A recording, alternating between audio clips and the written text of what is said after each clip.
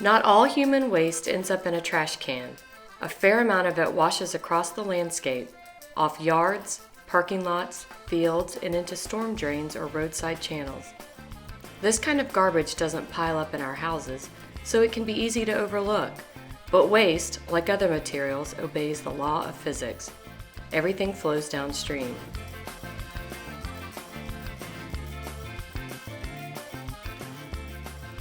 The total area of land that drains into a body of water is called a watershed.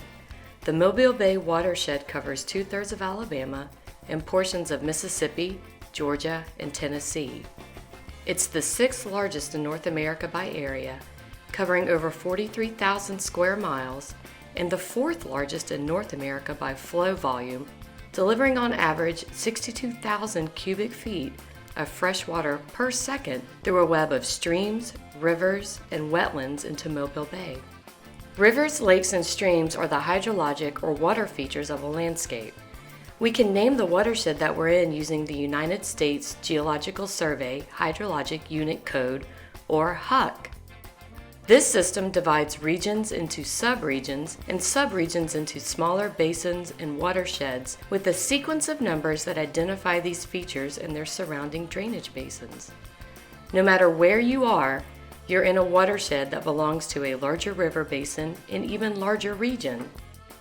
For watershed planning and for our purposes, we like to use the 12-digit HUC, the smallest geographical area classified by USGS. There are 98 12-digit HUCs in Alabama's 2 coastal counties, including watersheds like Fowl River, Dog River, Bon Secours, Magnolia River, and many others. An estuary is a partially enclosed coastal body of water having an open connection with the ocean or gulf, where fresh water from the land mixes with salt water from the sea. Estuaries are considered one of the most sensitive ecological and economically important habitats on Earth. They provide sanctuary for many species of wildlife and waterfowl, breeding grounds for desirable species of marine life, and nursery areas where food and hiding places are available to larval and juvenile marine and aquatic animals.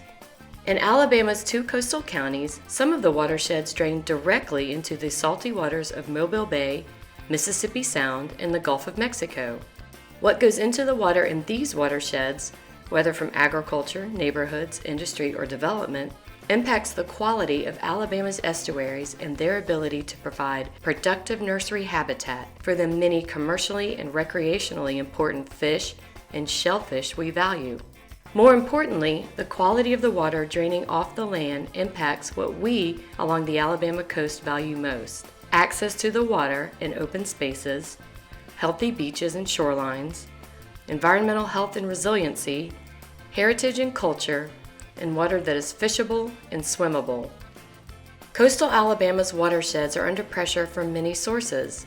The most challenging are the degrading effects of land conversion from natural habitats to hard surfaces associated with development: roofs, parking lots, streets, driveways, and even compacted lawns. These impervious surfaces prevent water from soaking naturally into the ground. Instead, it runs off of these hard surfaces downhill towards a natural waterway. This results in several problems. The extra quantity of water is also traveling at greater speeds, causing erosion of stream banks that transport excess sediments to downstream tributaries. Too much sediment in a stream smothers habitat and degrades water quality.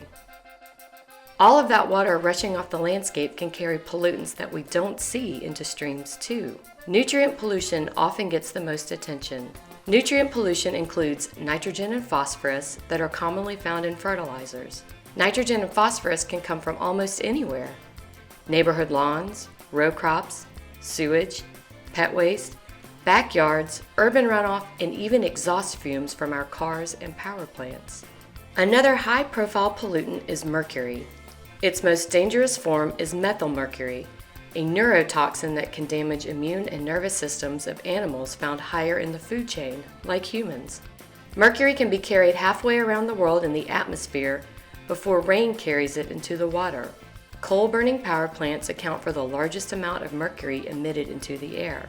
Other sources include light bulbs, including CFLs, and gold mines. Once these chemicals reach the water and enter the food chain, they are difficult to manage. Red may be a color associated with stop, but throughout coastal Alabama, red means get moving. Since the 1970s, the landscape of our coast has transformed from wooded and rural landscapes to bustling urban areas. Growth is good and important, but we must balance it with environmental protection to safeguard our quality of life that draws people to the coast in the first place. Whether your surrounding landscape is urban, which may contribute trash, hydrocarbons, and metals to our waterways, or your surroundings are suburban and residential and may contribute nutrients and pathogens or disease-causing organisms. Whether you live in rural areas transition to developed, a major cause of runoff and sediments entering waterways, or your landscape is agricultural, where runoff and erosion may carry sediments and nutrients to our waterways. You live in a watershed. You have the ability to affect the quality of water flowing through it and the abundance of fish and wildlife that live and breed where it mixes with the salty waters of the Gulf. It all starts with watershed planning. Watershed planning is about building community ownership through education, involvement, and action. It starts with assessing the health of the watershed and identifying areas of concern. The foundation of the planning process rests with the many different people interested or invested in the health of the area. Guided by community input and education about conditions and stresses, management measures can be developed and implemented with community support to restore impacted areas, protect pristine areas, create opportunities to connect to the water and culture of the area, and implement best management practices for ensuring the health and vitality of the watershed and its receiving waters for generations to come.